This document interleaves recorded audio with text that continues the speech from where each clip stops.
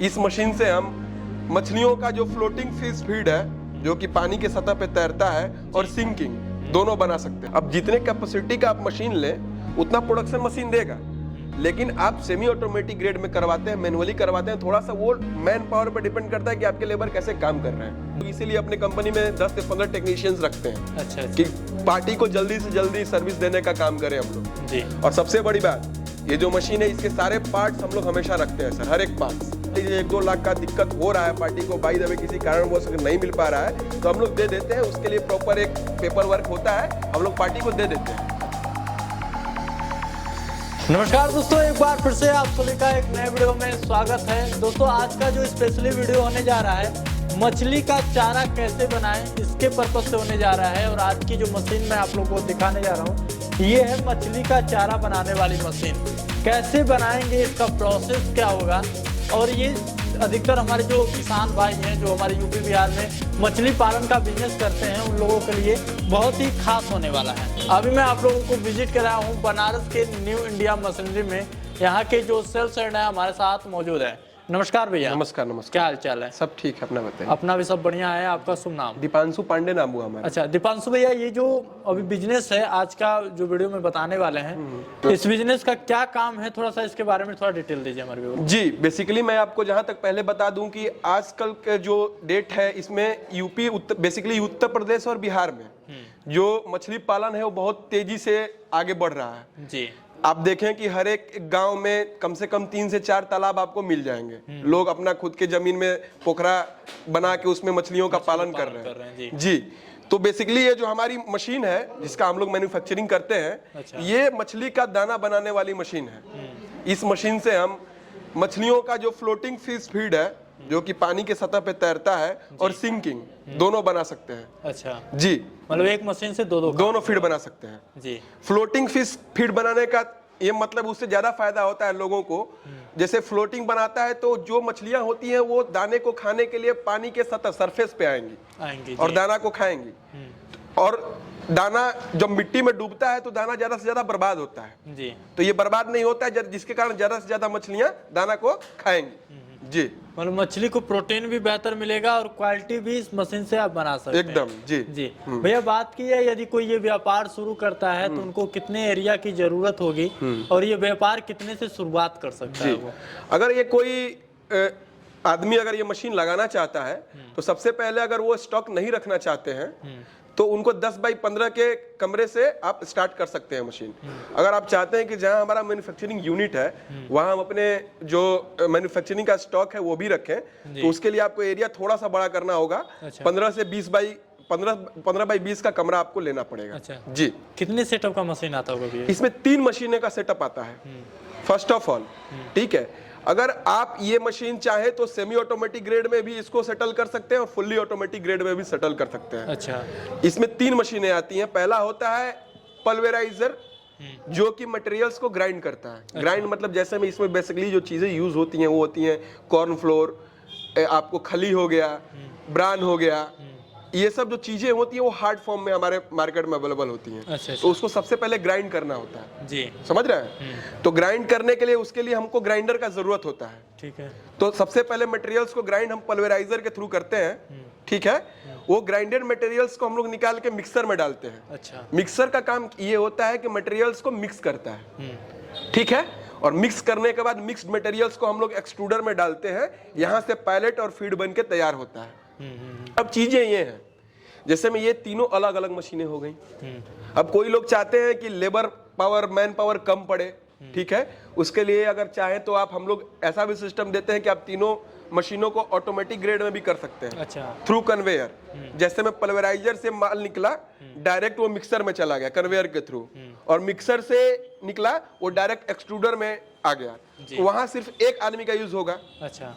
Direct वहां material डाला, यहाँ फीड बन के तैयार होगा ऑटोमेटिक ग्रेड में। ऑटोमेटिक में एक ही आदमी का काम जी। करता है। और किसी पार्टी का अगर बजट लो है तो उसको मैनुअली भी कर सकता है तीनों में, लेकिन इसमें मैन पावर ज्यादा बढ़ेगा थोड़ा सा। जी जी। अच्छा, इसमें बिजली खर्च की बात की जाए तो बिजली खर्च का कॉस्टिंग कितना आता होगा? देखिए, बिजली फर्स्ट ऑफ ऑल मैं आपको इलेक्ट्रिसिटी के बारे में बता दूं, ये स्टार्टिंग ही 3 फेज से होता है। अच्छा। आपको 3 फेज का कनेक्शन लेना ही लेना होगा। अच्छा। ठीक है, बाय द वे आगे चल के कैपेसिटी वाइज बिजली का कंजम्पशन होता है। ओवरऑल आपको बिजली कैलकुलेट करना है तो मैं बता दूं कि 1 HP का जो मोटर होता है 0.714 यूनिट लेता है बिजली। अच्छा। तो आपके मशीन्स में टोटल जो नंबर्स ऑफ मोटर यूज होते हैं उनका जो HP होता है उसको कैलकुलेट कर लेंगे, उतना आपका बिजली का कंजम्पशन होगा। मतलब देखा जाए भैया तो अलग से कॉमर्शियल बिजली का यूज करना पड़ेगा। जी, लेना पड़ेगा। जी, ठीक। अच्छा, अभी जो मशीन दिखा रहे हैं इसमें जो मोटर यूज किया गया है कितने HP का मोटर होगा? ये मशीन जो आप देख रहे हैं बेसिकली इसमें 20 HP का मोटर जो मेन मोटर है वो यूज किया गया है। जी। आप ओवरऑल मिला लें कि इस सेटअप में आपको कम से कम 5 मोटर का यूज होता है। एक मोटर जो होता है वो आपको पल्वेराइजर में होता है। ठीक है, एज पर प्रोडक्शन। अच्छा। कितना प्रोडक्शन आपको चाहिए। मिक्सर में 1 मोटर यूज होता है और प्रॉपर एक्सट्रूडर में सिर्फ आपको 3 मोटर जरूरत होता है। एक मेन मोटर, एक फीडर का मोटर, एक कटर का मोटर। अच्छा जी, ठीक है। और इसमें प्रोडक्शन की बात की जाए, सेमी में बात की जाए तो उसमें प्रोडक्शन क्या होता होगा और ऑटोमेटिक में जो है उसमें प्रोडक्शन का क्या अंतर हो जाता होगा? दोनों मशीन में बताइए। देखिए प्रोडक्शन दोनों सेम करेगा। अच्छा। अब टाइम इंटरवल का मतलब फंस जाता है। उसमें जो चीजें हैं वो ऑटोमेटिक ग्रेड से काम कर रही हैं। अब जितने कैपेसिटी का आप मशीन लें उतना प्रोडक्शन मशीन देगा, लेकिन आप सेमी ऑटोमेटिक ग्रेड में करवाते हैं, मैनुअली करवाते हैं, थोड़ा सा वो मैन पावर पर डिपेंड करता है कि आपके लेबर कैसे काम कर रहे हैं। जी। और ऑटोमेटिक ग्रेड में करते हैं तो वो मशीन आपका एक्चुअल प्रोडक्शन देगा। अच्छा, मशीन तो कई लोग सेल करते हैं भैया, बट आ जाती है सर्विस की बात। कंपनी कहीं ना कहीं सर्विस में पीछे हट जाती है या तो कहीं ना कहीं सर्विस में फेल हो जाती है। तो आपकी कंपनी किस तरह से सर्विस देगी उसके बारे में थोड़ा सा बताइए। सर देखिए, सर्विस के मामले में हम लोग अभी जो ये एरिया है इसमें सबसे ऊपर हम लोग रेटिंग करते हैं सर। जी। हम लोग का प्लानिंग होता है, हम लोग का कोशिश होता है कि कस्टमर्स को विद इन 24 आवर सर्विस देने का काम करें। अच्छा। क्योंकि कस्टमर्स भी कहीं ना कहीं से अपना ऑर्डर लिए रहते हैं, उनको भी कहीं ना कहीं अपना माल देना होता है। तो मशीन मान लीजिए आप 2-3 दिन खड़ा रख दिए तो कोई मतलब नहीं बनता, पार्टी वो आपको जाहिर सी बात बोलेगा। ठीक है, तो हम लोग का जहां से प्रयास होता है हम लोग इसीलिए अपने कंपनी में 10 से 15 टेक्नीशियंस रखते हैं। अच्छा। कि पार्टी को जल्दी से जल्दी सर्विस देने का काम करें हम लोग। हम लोग 2 साल की सर्विस वारंटी देते हैं सर। जी। और हम लोग का कोशिश रहता है कि विद इन 24 आवर आपके मशीन को सही कर दें। जी। और सबसे बड़ी बात, ये जो मशीन है इसके सारे पार्ट्स हम लोग हमेशा रखते हैं सर, हर एक पार्ट्स। अच्छा, कोई भी पार्ट्स यदि आपका खराब भी होता है तो तुरंत कंपनी में आइए, रिप्लेस कर देते हैं हम लोग। जी, अच्छा, ठीक है। अच्छा, यदि ये कोई मशीन बैठाता है तो उनका फायदे की बात की जाए तो एक बंदा इससे कितना कमा सकता है ये बिजनेस करके?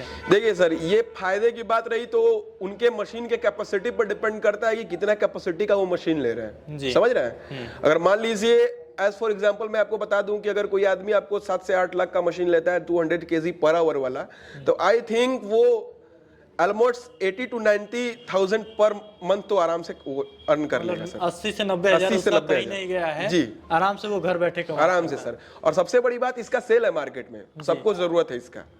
अगर आपका खुद का मछली पालन का बिजनेस है तो आप अपने लिए भी यूज कर सकते हैं, आपका जो दाना बचा वो अगल बगल लोगों को भी सेल आउट कर सकते हैं। जी। लेकिन वहीं पर इसमें इन्वेस्टमेंट की बात की जाए भैया तो ये मशीन खरीदने में इन्वेस्टमेंट कितना आने वाला है उसको बताते हुए चलिए। देखिए सर, इन्वेस्टमेंट की बात करें तो इन्वेस्टमेंट आप उस पर डिपेंड करता है कि आपको किस स्टेज से लेना है, शुरुआत करना है। अब कुछ लोग होते हैं जैसे में उनको क्या होता है कि उनको अपने पर्सनल के लिए यूज के लिए लेना होता है। ठीक है, अगर वो तो वो आराम से 4 लाख तक स्टार्टिंग कर सकते हैं। ठीक है।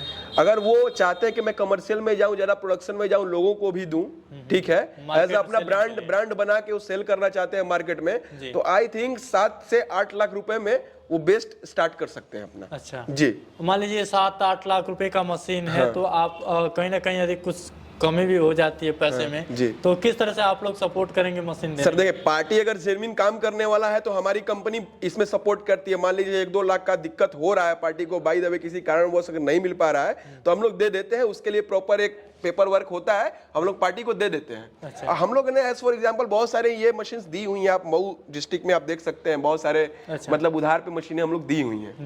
जी। अच्छा, यहाँ पर अभी कुछ देर पहले आपने बात किया कि हम लोग ब्रांडिंग भी करते हैं। जी। तो ब्रांडिंग किस तरह से किया जाएगा? उसका ब्रांडिंग अलग से वो बंदा करवाएगा कि आप लोग खुद करके देंगे? देखिए सर, कुछ कस्टमर्स का ये चाह होता है कि हम मशीन लगाए हैं, हमारा खुद का ब्रांडिंग मार्केट में जाए। जी।